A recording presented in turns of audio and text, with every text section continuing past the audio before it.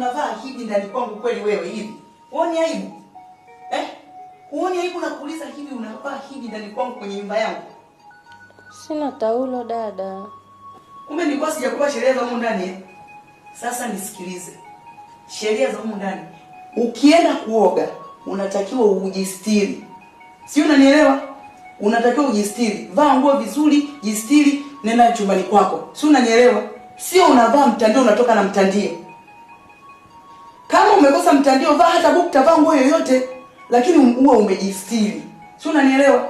Wewe ni mtoto wa kike, vitu vingine unatakiwa ujiongeze mwenyewe. Sio kila kitu mimi nikwambie, unataka unione tu mbaya, nikufokee, niseme vibaya, useme dada ni mbaya, mimi nakwambia ukweli. Ndani mimi niko na mume. Haya, angekukuta hivi ulivyo, ungejisikiaje? Una aibu wewe?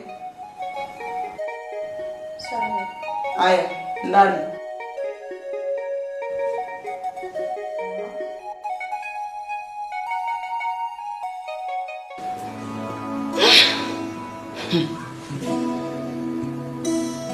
Ila huyu msichana ni mzuri sana. Nisipokuwa makini, ndoa yangu inaenda kuharibika.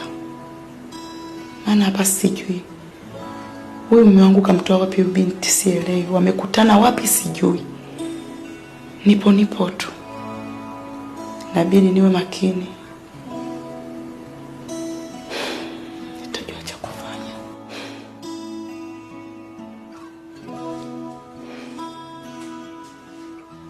Wewe binti,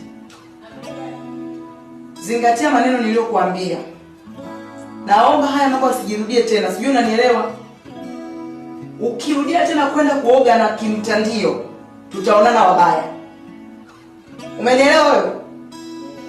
Nimemaliza, siongei tena.